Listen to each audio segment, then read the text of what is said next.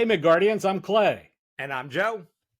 Welcome to That Midgard Show. This is a podcast where we talk about the Midgard campaign setting published by our friends at koboldpress. Yep. And in this episode, we begin a series dedicated to the locations and lore of Empire of Ghouls. If you thought this campaign takes place only in the underworld, you would be partially correct. Empire of Ghouls takes your PCs to many distinct locations, each with its own adventure hook. A few of these places are visited in the adventure, but some are just kind of off the path of the main adventure and can be used more widely. Yeah, I'm totally thrilled that there are a variety of locations for this campaign. Having GM'd Out of the Abyss, I found that while the Underdark is like super cool, spending an entire campaign underground eventually became boring, confining, tedious. It was also getting tough to GM as well. But in Empire of the Ghouls, that's not the case. I mean, they have you pretty much on a grand tour of Midgard, which is pretty unique to campaigns. Now, the characters they start in Zobek, and that is the city at the heart of the setting, as we talked about in our first 12 episodes of this podcast. Everybody starts in Zobek. Eventually, they make their way into the cartways. You know, of course, the campaign starts at above ground, but eventually you make your way into the cartways. You eventually make your way out into the dwarven cantons to encounter both canton and reaver dwarves. Then you head down to the Southlands to the city of Seawall. Your party will also visit Hudramoz, which is in the Northlands, and Vendakul, which is in the Ghoul Imperium. Now, the great thing about this campaign is that it highlights how all of these locations interact with one another. There are several places in the Empire of the Ghouls that make use of the shadow roads, potentially allowing player characters to avoid longer overland travel, but at the risk of dealing with the creatures that dwell in the shadow roads themselves. So, with the Book of Ebb and Tides out, which came out, way after Empire of the Ghouls came out, you can really use the content in that book as well as Tales from the Shadows to set up some additional side adventures to kind of keep the campaign going. Remember, Cobalt Press tends to create their campaigns as sandbox, so you can pick and choose various things to include in your campaign while not deviating from the storyline too much. But I love how this tour of Midgard starts with the mission to defend the honor of kobolds. You all know how much I love the kobolds in Midgard, and I think this is kind of a unique hook that helps highlight the unique position that kobolds do hold in the culture of Midgard. But there is plenty of action in the Ghoul Imperium itself, right? The book includes an extensive gazetteer of the Ghoul Imperium, along with plenty of sections on the hierarchy of the Ghoul Society, examining individual NPCs and power in the Empire, and which places various types of undead occupy in the Empire, all of which we'll get into in later episodes. In fact, when I was reading through the World Book a bit about that area, they actually have this cool hierarchy. They talk about how it's, what the hierarchy is, how it goes from the empire to the higher vampires down to these duches and dukes and all the way down. I actually made a cool flow chart. I should actually put that in this episode's channel on our Discord server. But it is a really cool kind of society the way they build that out. But like you said, this campaign itself begins in Zobek, and it takes the party into the cartways, which we did talk about a lot in detail in episode 3. We're going to start off this series in the temple Marina, who is also the goddess of lust, sickness, and death. And most people will know her as the red goddess. What is kind of most important in the campaign is that she's the patron goddess of Morgau and Dorish, and has no official temple in Zobek. No official temple. Marina is kind of like the dark face of all Zobekers' fears. All flesh falls, and unbridled lust and rampant plague can destroy any happy life. It's kind of how they like to put it. So her cults, they flourish in secret, especially in the small surrounding villages when times are hard, and in the cellars and sanctuaries within the Vineyard District and Lower Zobek. So she does have, a following, so to speak, in Zobek. Her cults can't be stamped out, No matter how hard the Watch and the Griffinites try, the Red Goddess's lust for flesh and sacrifice is really just unquenchable. Her followers snatch citizens from the streets sometimes. Children are warned of the Red Bride will take them away if they do not obey their parents. So she's kind of like almost like the boogeyman of Yeah. Zobek, Yeah. right? She's used to scare people and whatnot, but there's also a lot of truth to it. So she's exceedingly popular with both very wealthy people who enjoy her debaucheries and the very poor who lust for revenge or at least for that protection against her plagues. Her more devout followers use these strangling sashes to murder their offerings, though her kind of kobold followers are supposedly quite inventive in their sacrifices. So there's this kind of range, right? There's the wealthy people, like we talked about a bit in our Zobek episodes, that really are into the offering, the benefits that come, where the poor people are more follow her out of fear. And then kobolds are just like, wow, this is cool. So there's a big range of following there. But the kobolds themselves, they seem kind of really fond of her, right? Despite the fact that she seems to offer them little return. Yeah.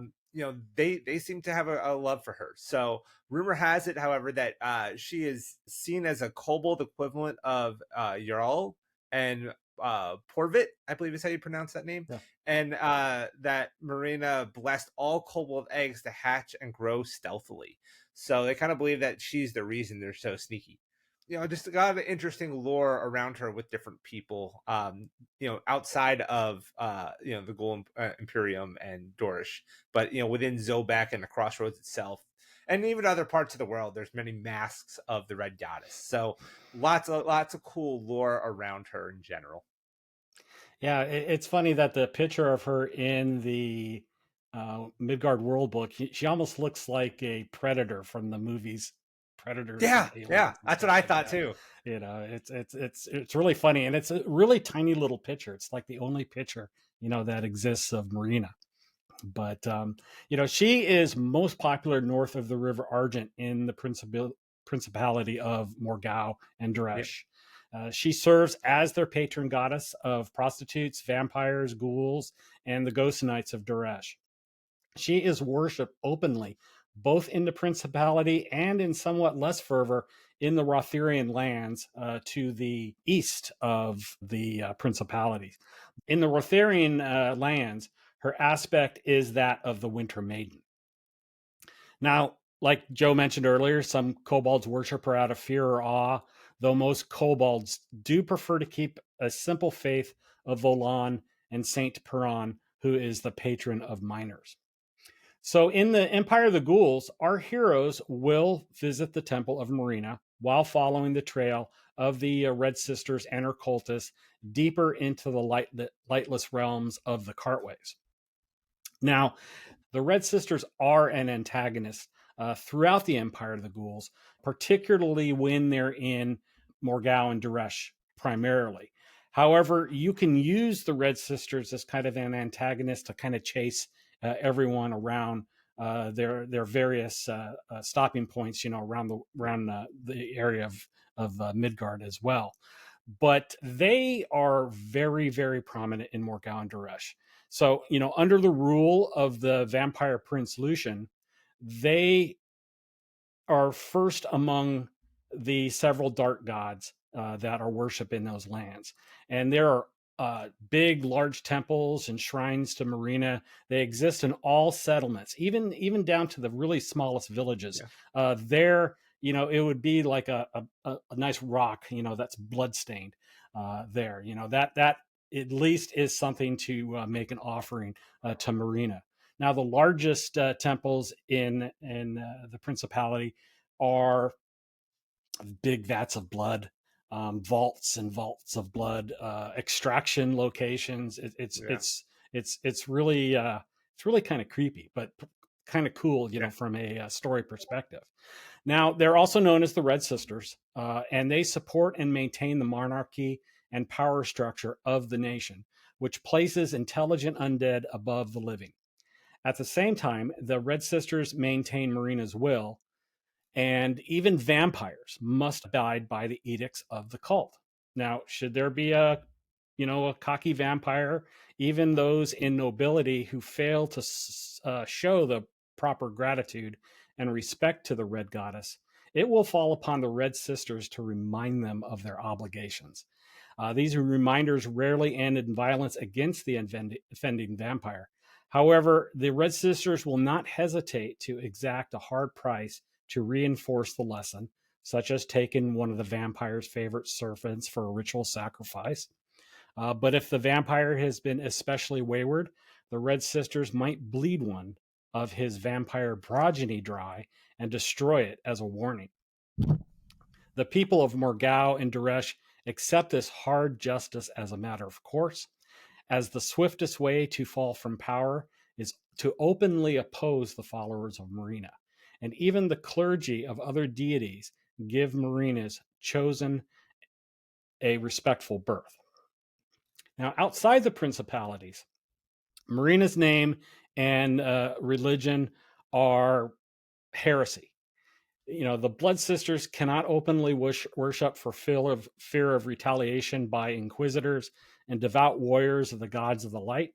Marina's followers work quietly in the night, plotting and carrying out their machinations and secret rites. There is even an adventure called Blood Vaults of Sister Alcava. They're kind of a renegade cult where Sister Alcava is openly practicing necromancer. But in the end, their goals are the same as those of their sisters who are able to act openly, to slay Marina's enemies and maintain the constant flow of blood to their goddess, both their own and that of their sacrifices. They keep their numbers in a given place small so they can avoid attention. When their numbers grow, the most adept of the faithful travel elsewhere to set up a new shrine to spread the faith outside of Morgau and Duresh. It is in this way the Blood Sisters spread their goddess's influence into as many lands as possible while minimizing their losses when inquisitors do manage to find their secret altars, even in lands sacred to the gods of light. Marina's cult may lurk below the surface. And in fact, that is happening in Zobek itself. We talked about that in an earlier episode where there is this secret temple that is hidden behind the bookstore called the Book Fetish, and it is a establishment run by a high priestess of Marina. Yeah, so obviously there's a lot that you can do with the sisters and with with the Red Goddess. And just for a reference, most of the material that we're kind of talking about is going to be in either the World Book, in Empire of Ghouls, or there's the book called Demon Cults and Secret Societies, which is another fantastic book, and there's a lot about the Red Goddess in there. So make sure that when you're kind of planning this stuff out and you're looking at this adventure to use those books as well. Excuse me.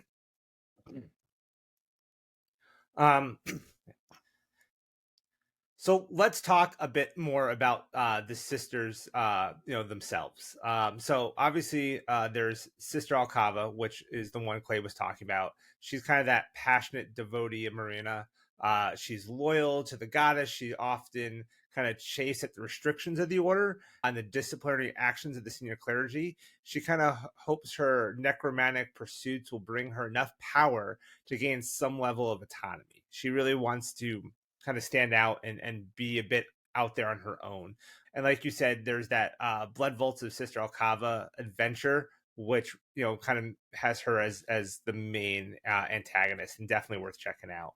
You also have Mother Abbess Callie, who resides in the Cantry Abbey at the base of Cloud Wall Mountains, and one of the most prominent temples of Marina in the Principalities. So that's going to be another kind of key location.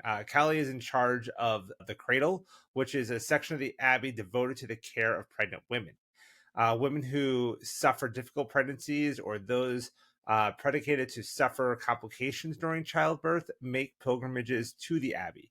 The mother is attentive and dutiful, but she has no real compassion for her charges. In her eyes, they are the results of a lust stirred by the Red Goddess, and ultimately destined to be cattle for the vampire lords. So you can kind of see Yeah. that the mentality of basically not undead there.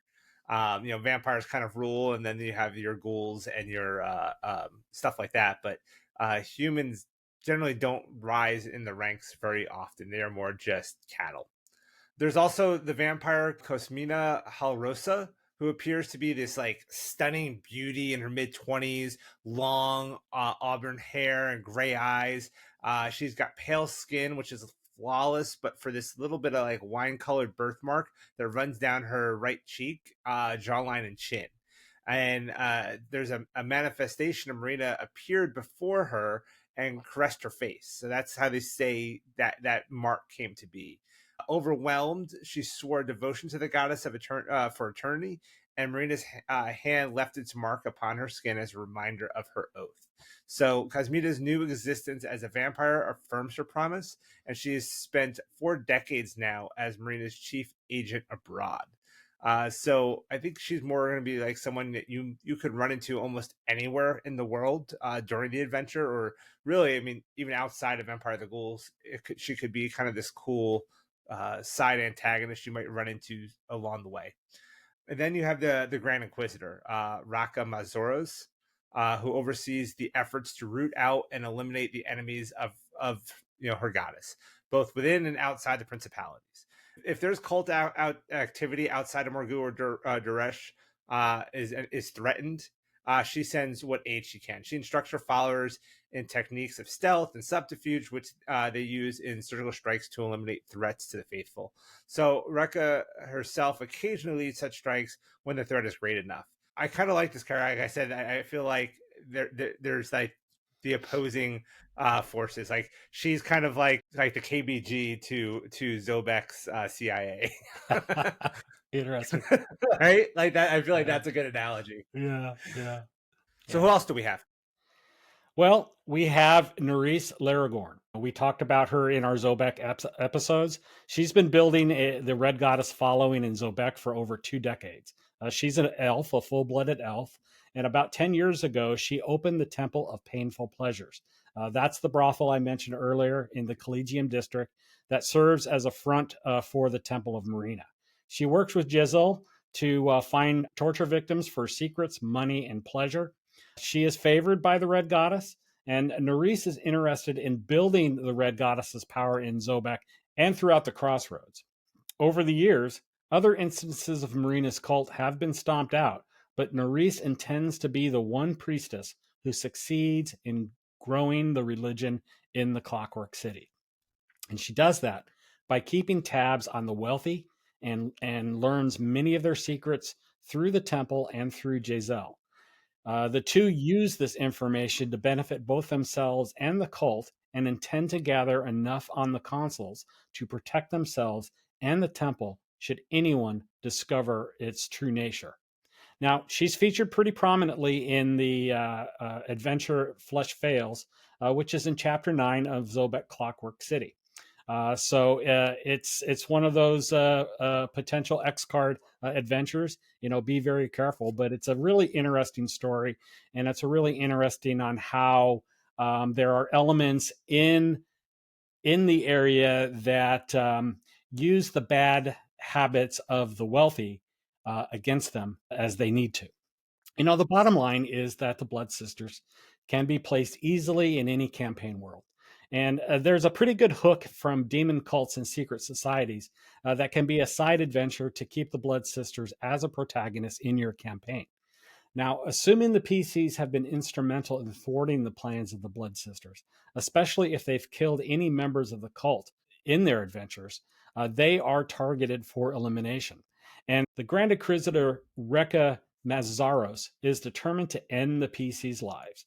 However, her preferred methods are to infiltrate the party in some way, hiring on as an NPC if they are looking for aid, or by slipping into a organization that is friendly to the PCs, such as a nearby temple to the good deity.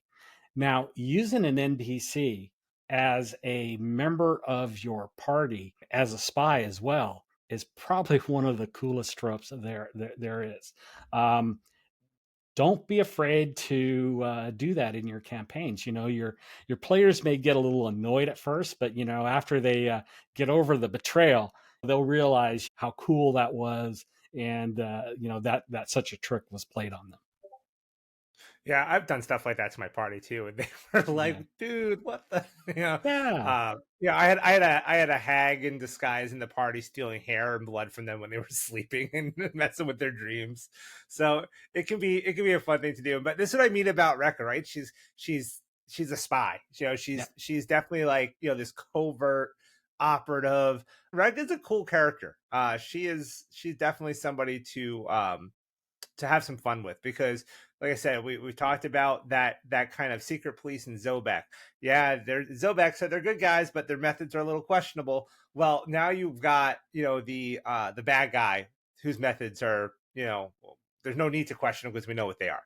So you get the two sides of that coin, and it can be a lot of fun to even play both those sides against each other, and work for one to try to stop the other, or have one infiltrate the other. There's so many potential story things you can do with characters like that. So that to me is one of the parts of this whole section that kind of stood out as something really that whole political intrigue, spying, and infiltrating and espionage and stuff like that you can really do some cool stuff with in your game.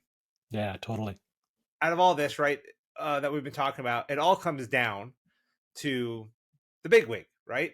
To Marina herself, the Red Goddess, the goddess of winter, lust, sickness, death, the Blood Maiden, the Winter Maiden, the patron of the greater duchy of Morgau. So she sits on top of all this. Her face is described as both beautiful and chilling, and those who see her and survive are inevitably marked with white hair and wine-colored birthmarks or haunted silver eyes. Her followers believe that her strict worship grants them powers anywhere, including in the in her orders in the Greater Duchy. So, that's another kind of key thing to drop, right? You see somebody with white hair and this birthmark, the color of wine down their face, or you see a person with silver eyes.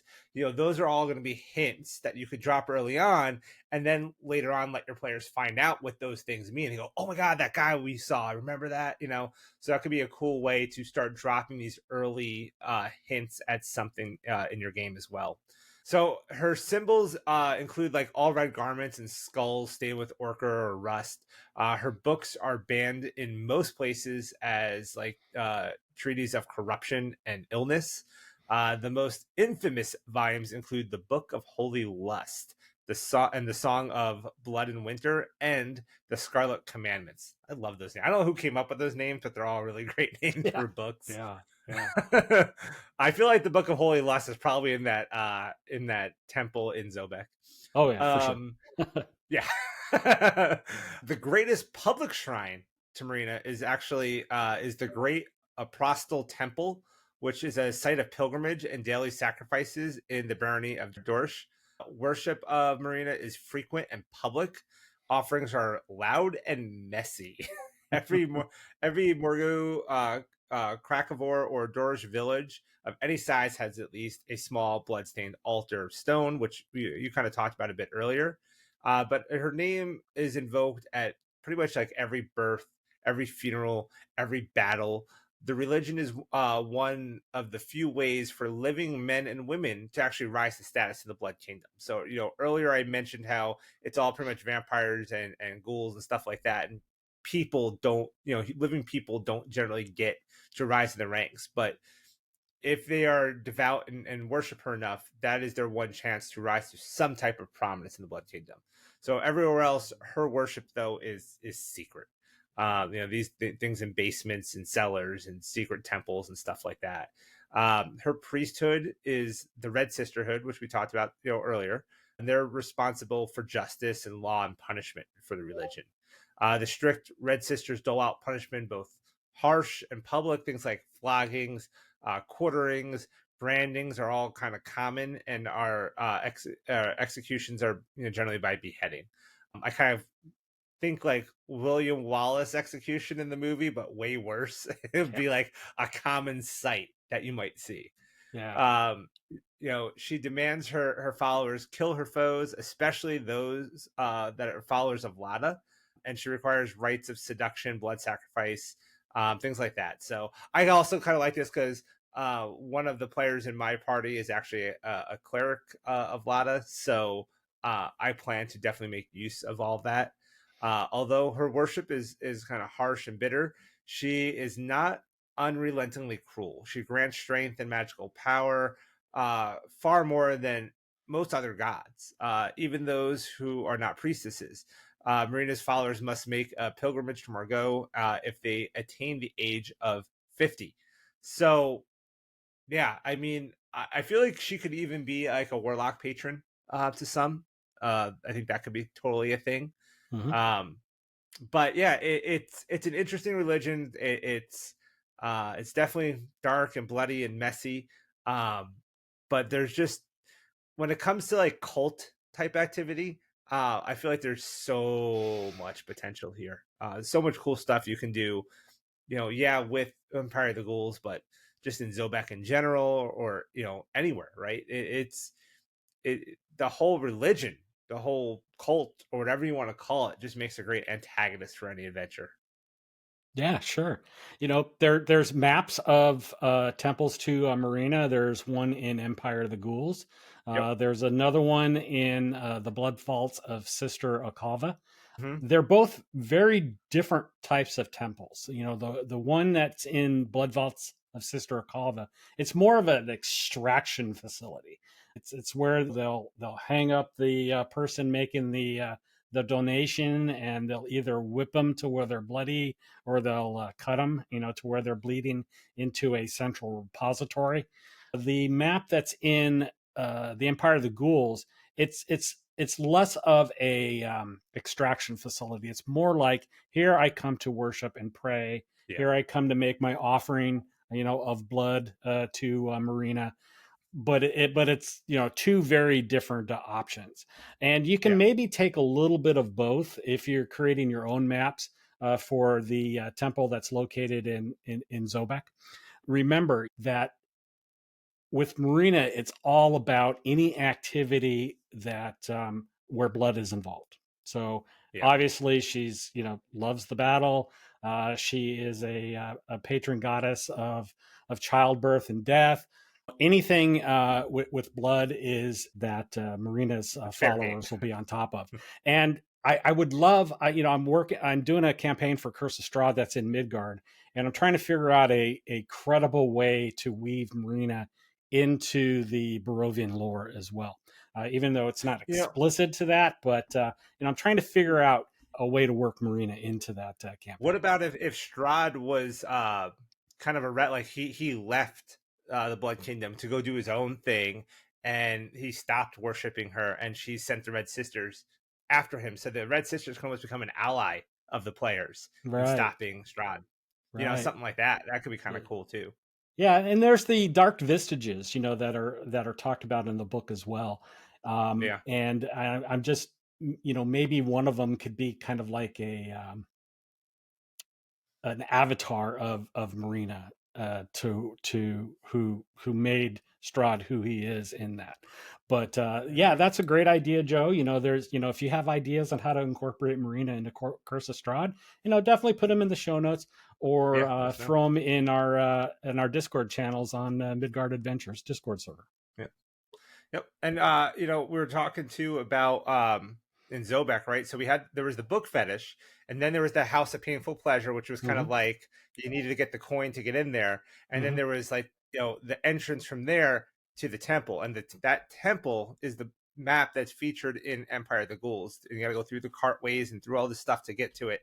It's a cool temple. Like when I saw that map, I was like, man, I want to do like terrain of that temple, like have physical terrain on my table for that, because it's a cool looking temple. It's neat. It's like these big blood pools and stuff like that. I mean, that encounter was probably one of my favorites I read in there, because it was just it's done really well. Like if you haven't picked up Empire of the Ghouls, definitely check it out. It is such a cool adventure. And like Clay was saying in the beginning of this episode, the cool part about it is it takes you all over Midgard, right? It takes you from Zobek to the Northlands to the Southlands, to the Ghoul, to the Ghoul Empire and all over the place. So it is a great. If you're like, oh, this is my first time I'm going to run something in Midgard, and I really want to give my players that Midgard experience, this is your adventure right here. This is definitely a great one to get them a good feel of everything.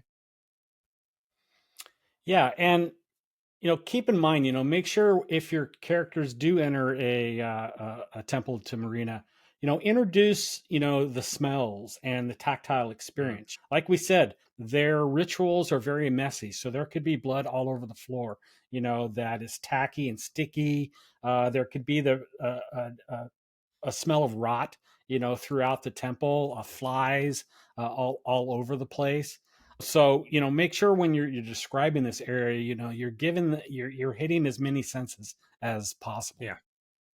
Yeah, that's a great GM tip in general that I always give people is I actually have a sticky note on my GM screen that just has all five senses written on it.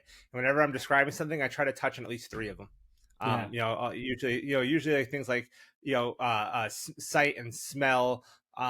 Taste is a little harder, but like when you're talking about blood, you could talk about there's like a tang of iron in the air. Sure.